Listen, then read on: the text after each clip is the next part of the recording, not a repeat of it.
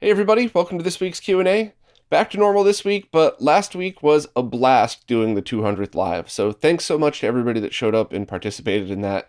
I really just had such a good time doing it. And the only thing I would have done different is rework my microphone for live, because the way I shoot all these, I do all the audio processing afterwards before it gets sent out, which is why it's much louder than it was live and a little bit clearer. So if you listen to audio only afterwards, then you probably got the good version, but I'll have to rethink it for next time. I love the DDS mic, but for live stuff, I got to position it a little different. Or I guess I could just go switch back to my old mic that I still have, the one that was, right up in my face. But either way, lessons learned, but it was still a great time, and I'd like to do it again at some point, and at some point before it hits the 300th Q&A too. So anyway, let's jump in and see what we got for this week.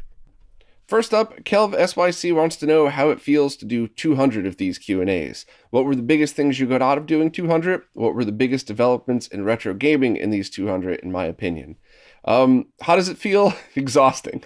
Just kidding, a little bit. The biggest things I got out of it are very, very selfish, and I'll admit that right off the bat, but I love knowing that I'm at least putting a good amount of effort into saying thank you to everybody that supports me. So if I were a different person, I probably would have thought up a really good way to make it about all of you, but it's just the honest answer to your question, like everybody always gets here. I like knowing that I'm at least making a good effort. I don't always hit it, but I'm trying my best. So that's definitely what I get out of it is, the interaction with all of you and knowing that I'm trying. The biggest developments in retro gaming, I mean, there's so many, and that's kind of a hard question to answer because biggest developments behind the scenes for, any of the devs, biggest developments for the end user, biggest developments that will have the greatest impact on gaming over a long period of time. And there's just so many. I couldn't even begin. I think FPGA gaming, I would have to say, if I had to pick one, I think that would be the one to really talk about, because that over the course of time is going to probably be the way a lot of these old consoles are continued to be preserved. So that's a good question, but I think that's more of a question that's worthy of an entire podcast in itself, which maybe I'll do someday. Maybe I'll invite somebody on and we'll just kind of chit chat about that. But anyway, thanks for your support. Hopefully that was a decent answer. Richard Webster was looking for my opinion on what 32-inch TV to connect their Xbox 360 to. Would I go with a 1080p model or a 768p model, considering that the Xbox 360 can output 768p natively, and most of those games only render at 720p or lower anyway? So I'm going to assume a few things here, but I got to talk about the assumptions to answer your question properly. First, I assume the 360 you're using has an HDMI output, and I'm going to assume that both because they're way more common and because of the lag videos that I just showed about how, in many cases, plugging analog into a flat panel would get you more lag than just HDMI. So right off the bat, I'm going to assume that you're talking about the HDMI outputting model of the 360. And I'm also going to assume that you don't already have this panel, because if you did, my answer would very simply be connect your Xbox 360 to all of them and choose whatever you think is best. So assuming that you're just talking about purchasing a 32-inch TV, there's three things that I always think about when choosing a flat panel display. Number one is always lag. And like I always say, you don't need to spend a lot of money to get a low lag display. That cheap TV I use in all of my videos was under $300. It performs great for the money. So that's one of those things where, lag should always come first for gaming, but with some gotchas. So next is price. So I always try to recommend people go with the cheaper models unless they specifically are looking for a really good experience. So what's your budget? It's, if you're talking about buying a new panel, it's far easier to find a 1080p, especially because you could probably even find a PC monitor that's up to or close to 32 inches that would look great. So that's something to consider. And then other options. And the best example I could give with that is I have that cheap TV that's about 4 milliseconds of lag. And then I also have that LG OLED that has like 2 full frames of lag, a little bit more, about 2 full frames.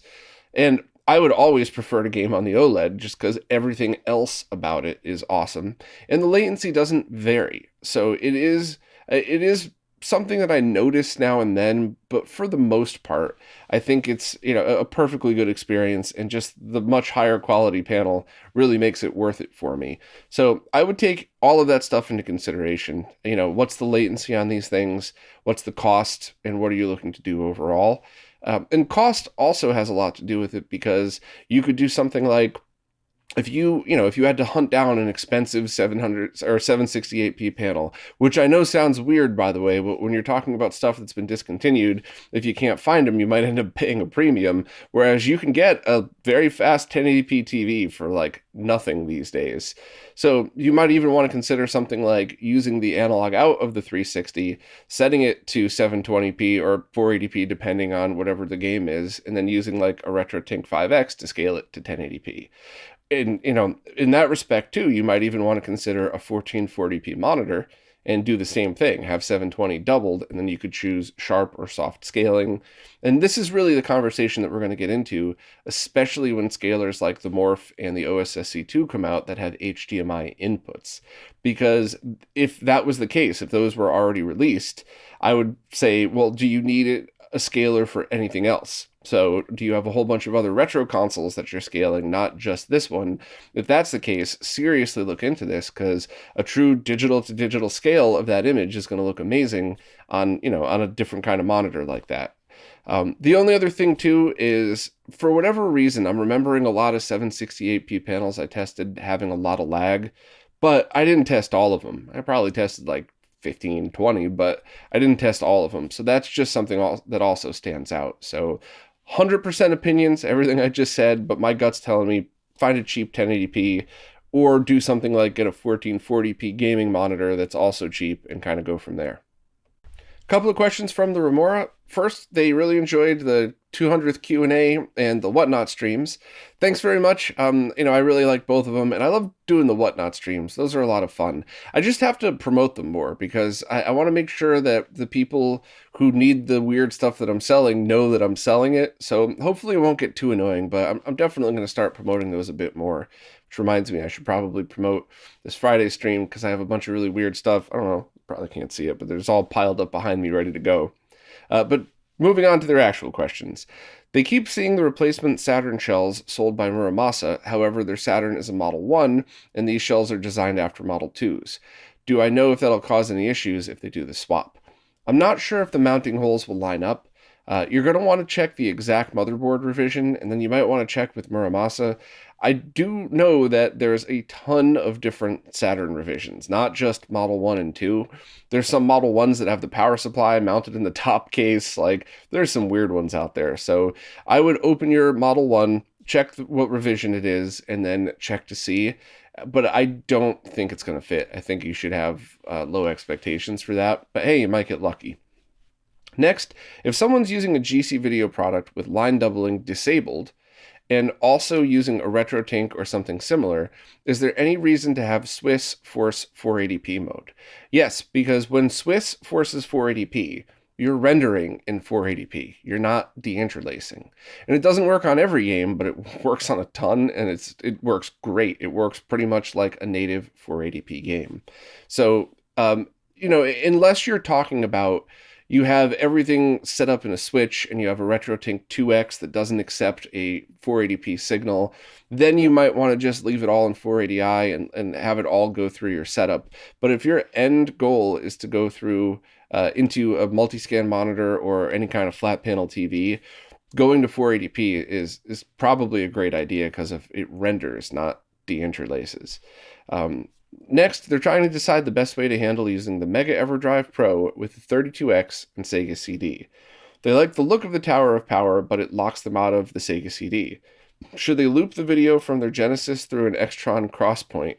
So if they want to play the 32X, they can grab video out from it to their TV, and if they want to play Genesis or Sega CD, they could pull the video from the Genesis and just pop the 32X out while leaving power and everything attached. That is an awesomely crazy idea, and I don't know if that'll work. It's probably worth trying, but you'd have to make a bunch of custom cables. The output of Genesis sync is TTL, so that's not going to be an issue. So when you put that into the 32X, you don't need to worry about dropping voltage. But that's a good question. I don't know if that'll work. It seems like it would, but you're going to have to definitely do some custom cabling because then you would need two Genesis to BNC adapters. I guess three. One from the Genesis to the Crosspoint, one from the Crosspoint from the 30 to the 32X, and then one from the 32X to the Crosspoint. So if you do that, let me know because that's nuts, and I love weird stuff like that. Alternatively, they could have it set up so their Model 1 has the 32X and their Model 2 does Sega CD. Either way, they end up using two video inputs and moving the Mega Everdrive around. Which one would you recommend? I would say it's probably best to have two separate Genesis consoles running. Um, you know, it's my preference to have like if I were going to be in that scenario, I would have like the Model 2 with the you know what, whatever works for you, but I would still have two consoles doing that because removing and inserting the 32X, that sometimes is a pain. I don't know about you, but my 32Xs I have to remove and replace 4 or 5 times before it boots into the game. Like, there's just always issues with my 32Xs, always. So if it were up to me, I think I would leave something as is with the 32X in it and try to never touch it, and then have another Genesis for whatever else. For me, I think the setup that I'm going to eventually keep, because I have a lot of Genesis consoles, what I'm going to end up with is probably like a Model 1 Genesis with a triple bypass that I'm going to use for most things, and then like a CDX with a 32X that I'll use for 32X and Sega CD discs. But I already own those, so if you were to pick that up now, that'd be very expensive. So I would go with the two consoles. I think that might actually be an easier workflow. But if you want to try the weird one, just please let me know how it works because that's kind of neat. Jared Breland wants to follow up on a previous discussion about podcast ads and why it's not easy to create an ad-free feed. We wanted to reply back with a couple additional thoughts and possible supporter benefits. I'm all ears, always. I might not get a chance to do all of these, but keep them coming. So let me read through what Jared's got. First, as an alternative to an ad-free feed, have I considered adding chapter marks so anyone with a compatible podcast app can easily skip past the ad if they're not interested. Also useful for easily skipping sections in the Q&A that might not have be particular interest. Doesn't seem like it should be difficult since you already include timestamps in the descriptions.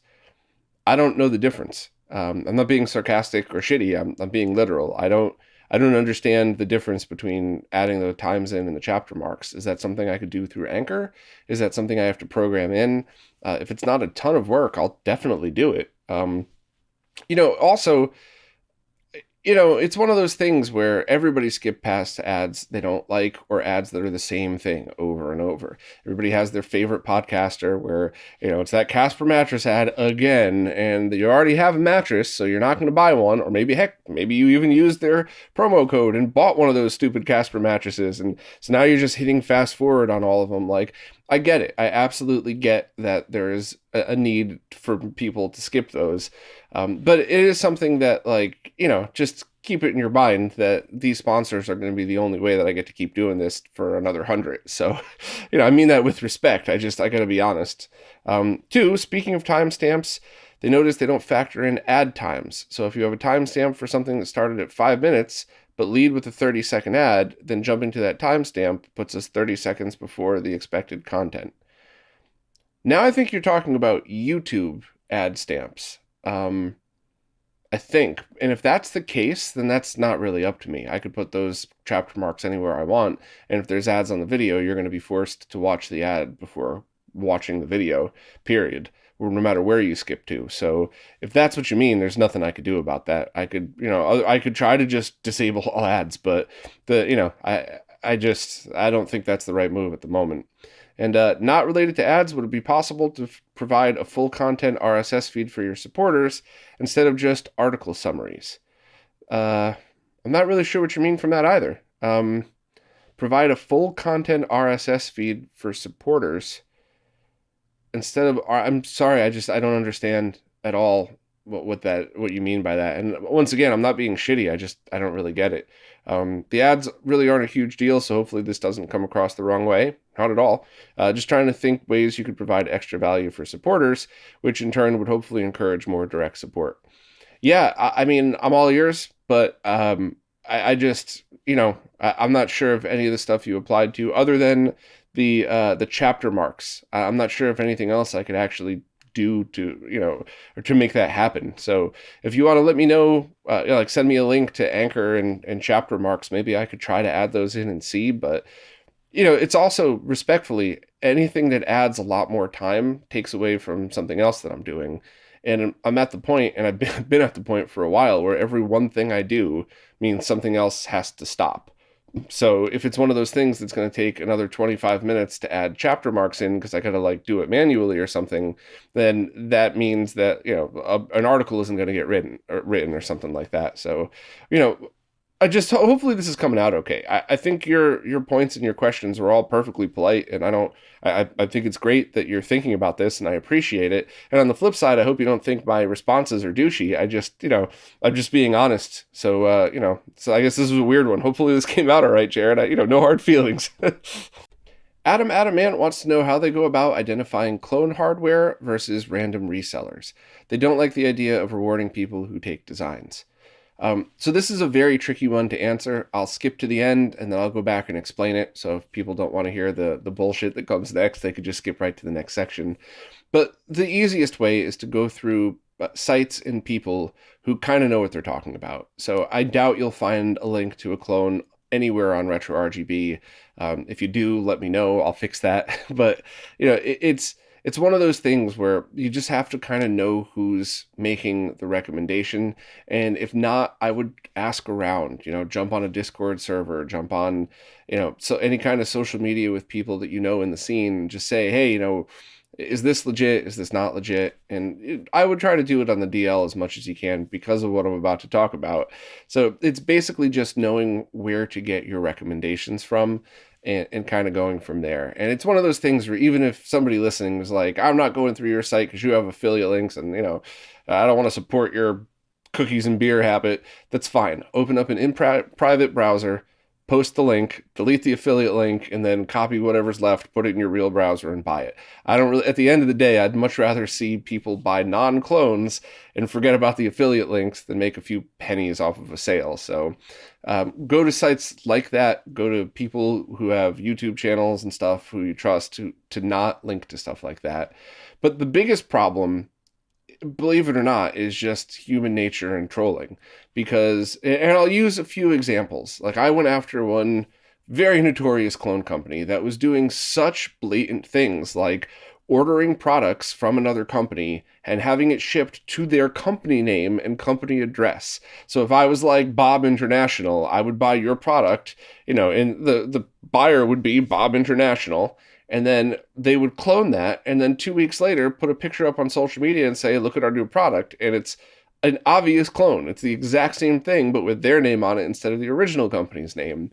And, they even admitted to cloning one product and basically said they'll only dump it off on AliExpress, which, so it's the same thing. You're still stealing from the original creator. And then when I kept calling them out because they kept cloning and selling that stuff, they just came after me like, Bob's lying. He's just jealous because I don't fucking know, whatever those morons say. And the problem with that is humans will always believe a charismatic liar over just somebody telling the truth.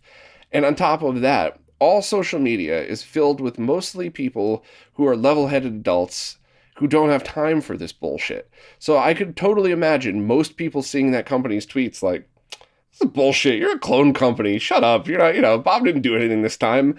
But they don't have time to respond because they have lives and hobbies and families. So who does have time to respond? The trolls with none of those things. And that's every time I've called people out or companies out on that, that's what always comes back at me is a bunch of people like that or a bunch of the bottom feeders who always just take the opposite opinion of something because they know it's the easiest way to get attention. I don't think they're a clone company. I think Bob's just whatever. So that's why you don't hear a lot more people call out cloners. Even in the scene, right? There was one person that is just notorious behind the scenes for cloning boards.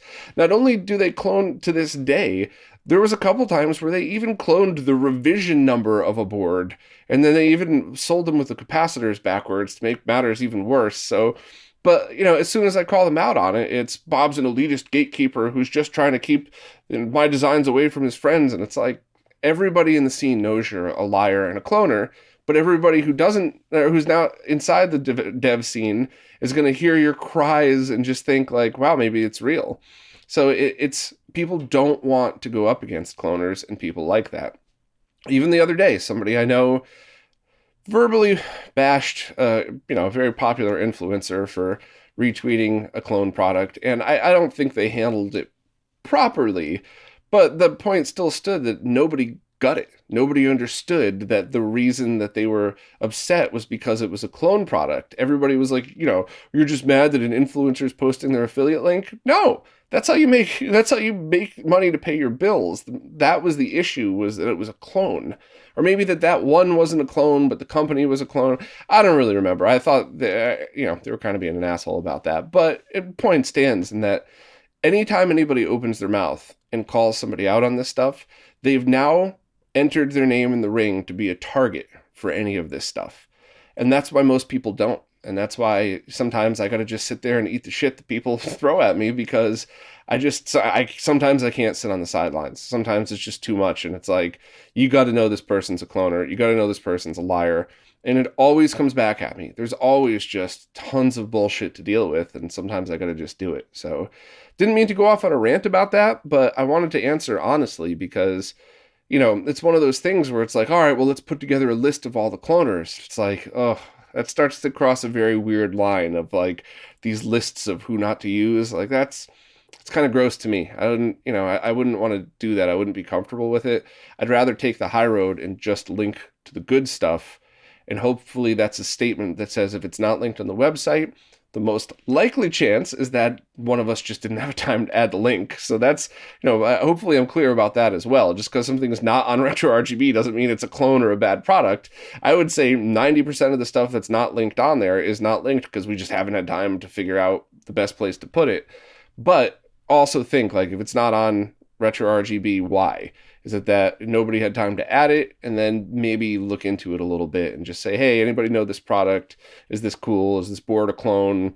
Are the capacitors backwards? I'm going to explode inside my PC engine. Like one of those things. So, yeah, I mean, let's see all the shit I get in the comments just for saying this, but at least I was an honest answer.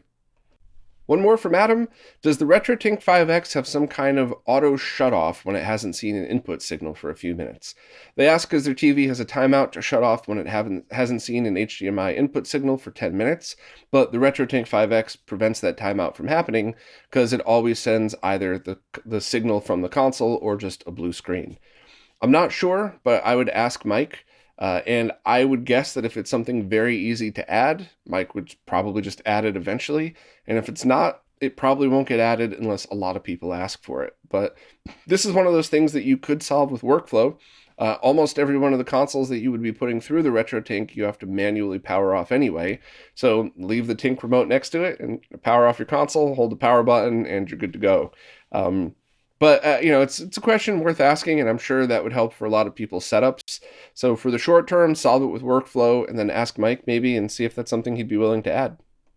Daniel Adoto has an original model PlayStation with a working disk drive, and they'd like to install an XStation in it, but also want to retain CD functionality, because they would also like to incorporate it into their music setup as a pretty cool CD player. Do I know of any setups that would retain both functionality? They understand the SIO exists, but they would rather use an ODE that just works and they wouldn't need to fiddle with. Agreed on that one. So your choices, if you want something today, right now for that functionality, I would actually say pick up an XStation and a second PlayStation. That's probably going to be the cheapest way to go about doing this. Maybe you could find one with a beat up case. Maybe you could find one that's an exact replica, so now you have spares if you ever need a spare power supply, motherboard, CD drive, whatever. Maybe pick up one with a dead CD drive and a broken case that you could start out doing this with. But that might be the cheapest solution overall, believe it or not. There is supposedly something coming similar to the Saturn switcher that allows you to set the XStation next to the optical drive inside your PlayStation 1. But I believe the global part shortage has slowed that down to, maybe not even being able to release this year. Please don't quote me on that. That is just a general statement of the part shortage is killing a ton of projects. So, that is coming sometime. So it's my opinion that you know, SIOs are fine. A lot of people have them and love them, and I totally understand why you might want to go that route. And it's available. If they're in stock, you could do that right now, and that would all work. But I think overall, buying a second PlayStation or just waiting until the switcher thing comes out, or just installing an XStation now and then saving your CD-ROM drive for later, I think approaching it that way might be best, and you just have to choose whatever you want for your setup. So you know, buy the XStation now, just wait altogether, or buy a second PlayStation and kind of deal with that and then end up with a spare at some point. But I mean, you could probably find the same model PlayStation with a dead CD drive and a beat ass case for very cheap. So definitely don't just dismiss that right away, because I think that might be the cheapest solution for the short term, to have everything integrated so that you could just swap, you know, swap the cables between them whenever you need to, and leave whichever one you use the most plugged in on a regular basis. Hector Santana wants to know if I have any experience with an RGB mux board for RGB modding CRTs, and I don't. Any of the ones that I've done, I always either hand wired, or Jose hand wired for me, or a combination of both, or something like that. I looked at the link. It seems cool. I can't comment on it, only because I just haven't used it. In theory, it should probably work fine, but CRT modding is something that's obviously kind of dangerous, and you don't want to end up hurting your signal, or mixing signals together. But in theory, it seems like it should be fine. But I think the installation might end up being more important than the board that's used. At just the first glance that I looked at it, it seemed like and I mean this with respect, it seems like the board is just a way to simplify some of the hand wiring. So you still have to go into the jungle chip and do, you know, all of the stuff there the same way you normally would. So if that's the case, then it would be safe. You just have to pay attention to the RGB mod. But this is something that I'm definitely going to be jumping back into at some point this year, because I want to try this. I want to try another one like it. And then there's a completely different way to mod RGB mod CRT now, and I want to try that as well, just to see if there's an advantage, if it's all the same, if there's a better way to do it. So that's my goal for the end of this year, is to definitely have some kind of video showing the new methods.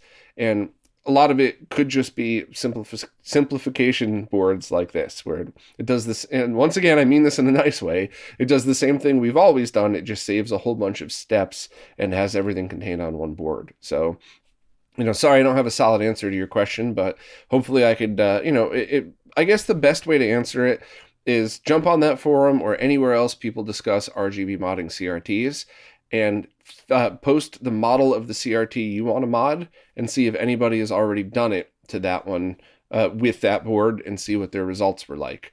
And if not, you know, do you feel comfortable being the first person to try it? That's totally up to you, but I think that would probably be the best way to go about it if you were interested. Portugeek has two questions. I like that name. I'm going to call Stika that. First, they think the new transparent console shells look awesome, but they would love to see solid color variants. Have I heard of any future plans to release solid color runs? So I don't want to speak for Retro Gamer Store or Muramasa or any of the places making these, but I can speculate a little bit, as long as, you know, we all know this is just me speculating. I think the issue is sales of current stuff, because in order to make those at such a high quality at a low quantity, they have to be very expensive. And it's that whole chicken and egg scenario of, do they make 5,000, cut the price in half, and hope that they sell? I wouldn't. I definitely wouldn't, just in case. So they have to sell out the batches that were already made, and then I think they can go back, now that the tool is made, now that the production quantities are there, and now they could say something like, okay, you know, let's do a run of 100 in solid black, or the exact original color of the console, or whatever it is. So it's kind of rough. You know, anytime you do something really high quality, it's going to be very expensive. So you either need tons and tons of people to buy it, or you just need people willing to pay the price and kind of wait. So, I haven't heard any solid plans for future color runs, but it's possible, as long as we get the word out and get enough of these sold as is. Second, they have a RetroTink 5X and love what it does for their component connections, but do I know of any products, or if Mike has any plans to release a device that could take the HDMI signal from the Rad2X cables and upscale it, similar to what the RetroTink 5X does? So yes and no. So I'm going to answer this question two ways. First, if you're just looking to take an HDMI device and plug it into the RetroTink 5X, you're going to need any basic digital to analog converter. I have them linked. I'll put a direct link for this question as well, just to make it easier. With the part shortage, I've heard some people complain that the quality is varying on those, but I'm leaving the links up because there's no alternative now. We're in a global part shortage. Buy it from Amazon or a place with good return policies in case you end up getting a bum one, and then buy a different brand. But, until there's solid alternatives, the links are staying, because I'm still getting reports that, people are getting good quality versions, just not everybody, unfortunately. So yeah, get one of those cheap digital to analog converters. The ones I linked to add no lag at all. And then make sure to set your original console to a resolution that the RetroTink 5X can handle, which is pretty much, any analog resolution. So 480p, 720p, 1080p, it could handle all of those. So that is the answer to how you would get HDMI into the Tink. There's also new scalers coming, like the Morph and the OSSC2, that will have direct HDMI inputs. But to go back and address your Rad2X cable scenario, so this is kind of interesting in that you've just taken your console's analog signal and converted it to digital 480p, where it was line doubled. And you could plug that into one of those cheap DACs into the RetroTink 5X. But I think what would actually be a better solution is to sell those Rad2Xs and then use that money to get component video or SCART cables, or I guess even S-Video. If your console supports it, S-Video is still a great signal. Or for the short term, just use any composite cables you have laying around. It's just that the way the Rad2X works, it completely and totally accomplishes the goal of, I have a console, I want to plug it on my flat panel, I don't want it to look terrible, and I don't want it to be filled with lag, so Rad2X is the solution to that at the moment. So going line doubled to 480p that way, then back to analog, you're going to lose some color information because of the way the Rad2X scales. There's a lot of little gotchas in there that don't really apply when you're just plugging the Rad2X into a monitor. So that's kind of how I would approach it. So kind of take a step back and look at your total setup. Did you buy the Rad2X because it was the easiest solution? If so, then perfect. They accomplished their goal. Now's the time to upgrade. You have the RetroTink 5X, sell those on eBay or something or whatnot. Get yourself some analog video cables, and now you're done. You've upgraded and everything's awesome. But on the flip side, did you buy those Rad2Xs because you have a bunch of different consoles that you want to bring back and forth to friends' houses, and you really want an easy way to connect that to a digital monitor, or maybe you do gaming tournaments or something like that? Then you kind of need to hold on to those unless you want to take, also bring the RetroTink 5X with you, which a lot of people are totally fine. I'm just saying, if the purpose was to have a small, cheap, easy, relatively cheap considering, device to do that, then I might consider just saving up slowly, keeping those for when you travel, and then, maybe buy a cheap S-Video cable now, and then as you save up, invest in good RGB cables as they become available and stuff like that. So, it's probably not the exact answer you were hoping for, but hopefully I cleared up some of this stuff. And, they're all good options. Now you're facing the choice of what path to choose. But the things that you're talking about, they're all good ways to go about doing it. So it's not like you have some 5-frame for lag knockoff cable. Everything that you got is good. You just got to choose how you want to get it done. Sal recently discovered that their old N64 memory card has lost its data. They got a forever pack, but they're finding that a lot of their most treasured game saves are actually saved on the cartridge. Is there any way to back those saves up to get them onto their Everdrive? So the easiest way to do that might not be what you're looking for, and it might not be the most cost effective, but getting some kind of cartridge ripper would do the trick. Tito did a video about this one a while back. Somebody was nice enough to hand make me one and sell it to me at a very good price. However, I've been so busy I haven't even used it. I've been leaving it right here in front of my monitor, which is why it was so easy to pick up, and it just, I haven't had time. I'll get to it. But price is something you're going to want to consider. So this has the N64 slot. I'll leave a link to Tito's video. Definitely check it out. So I don't think they're available right now unless you make your own, or if, like me, you find somebody that bought the parts to make a couple and have an extra. But even assuming it was available, while the price is very fair for what you're getting, and I'll probably use this thing once a month forever, the price starts to become expensive if you're looking at it from the perspective of, I have my 10 favorite games that I want to back up the saves, and that's it. So if that's the case, if you want to move from your original cartridges to your Everdrive and just manage all your save files there, you might want to look into anybody in the community near you that has something like this, has a modded Retron 5, or those don't play N64 games, but any kind of cartridge ripper that, that they might be able to help. I don't know if there's any kind of homebrew way to do that, simply because you would have to boot the cart into a homebrew solution, which would mean you would have to have a different cart plugged into your N64. So I don't really know of any other ways to do that. So if anybody has any options, if I'm forgetting something, which happens all the time, no problem there, please let me know in the comments. I'll pin the comment if there's an easy solution out there. But I think you just need to decide, do I just need all of my save games backed up and then I'll just always play them on the Everdrive? If that's the case, try to find somebody in the community that has one of these, that knows how to use them and can safely back up your save game file. Or if this is something where you're like, no, I want to use my original cartridges, I want to back up the saves though to make sure that they always have them, then buying something like this might work, because then you could just always back up your saves and then always restore them back to the cart if you want to. And it also, this particular one has, I believe this is SNES on top, Genesis. I think you could do Master System games with a converter through there. And then this is N64, and then there's even a converter that allows you to plug NES games into the SNES slot. And remember, this is just for ripping the ROMs. This isn't going to allow you to play NES games on a Super Nintendo, but yeah, so I would just look into what solution you want, but also check the comments. If there's another solution out there that I'm missing, hopefully somebody could step up and remind me that I forgot about it. Stephen Faust recently found their old PAL SNES, PAL Jaguar, and NTSC N64, and now they're getting back into using original hardware and are going to be looking into ROM carts, scalers like the RetroTink 5X, etc. But now they have the problem of mixed signal types and how to play all of those different games. They also plan on playing mostly 60 hertz games, but still want the ability to play 50 hertz. So it's not even that you could just get a ROM cart and play everything through there. You need to compensate for the different frequencies and speeds that the games run at. And I think the easiest way to go about doing this is to pick up extra consoles.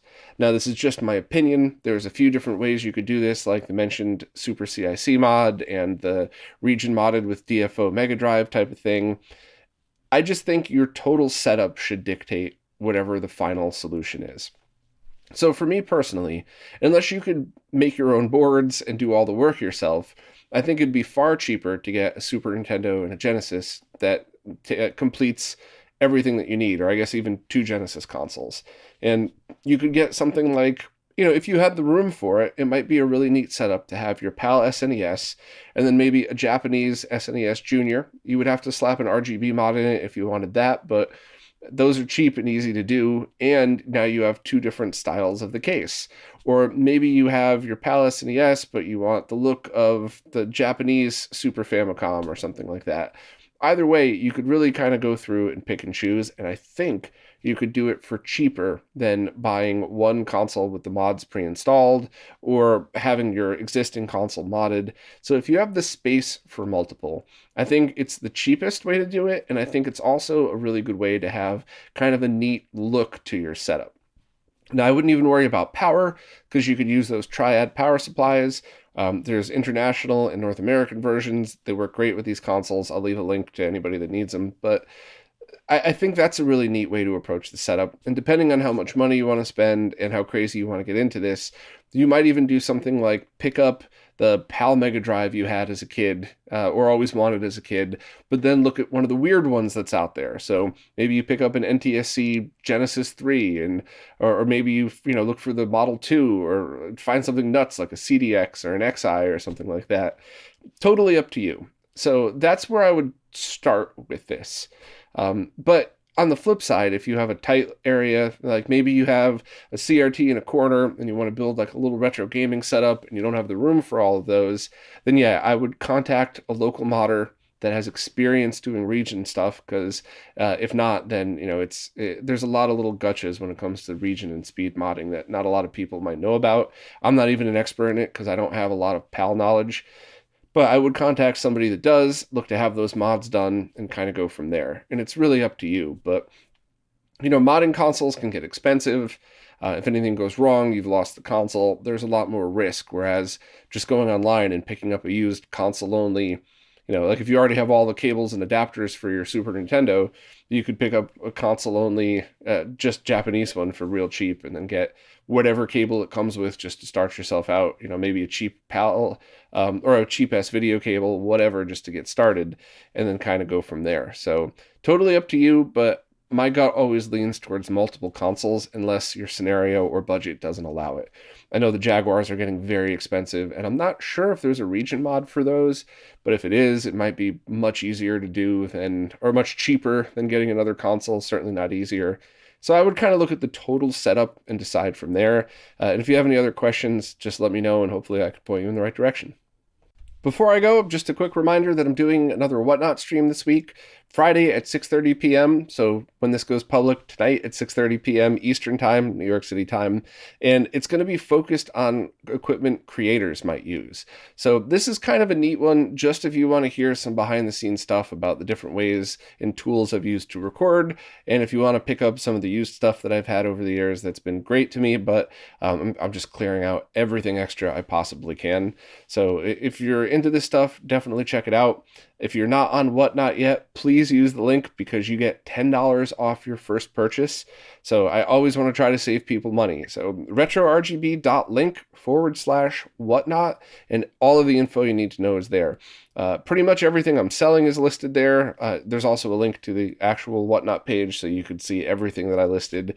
As usual, it's weird and different, and this one's really going to be focusing on teaching people about some of the equipment I've used, even telling why I'm selling it. None of it's broken. I just have doubles of things, or I've changed my methods, or I just don't do certain things anymore, so I don't use them. But there's a lot of weird stuff here, and I think it could be educational and fun. And if you are a creator of any kind that could use this stuff, I think you would definitely want to join, even just for some fun knowledge, but maybe to pick some stuff up too. So hopefully I will see you all there. Well, that's it for this time. If you're new to these Q&As, ask any question you have wherever it is that you support in the latest Q&A post, because the way these services work, I can't really figure out what's a new question on an old post.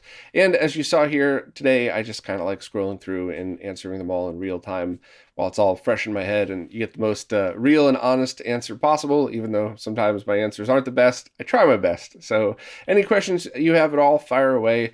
And if for whatever reason I miss it, please either contact me directly or re-ask. Sometimes questions come in after I'm done recording, like this is Thursday afternoon, so if you asked a question after this, it'll get totally missed. So please let me know. It's never intentional.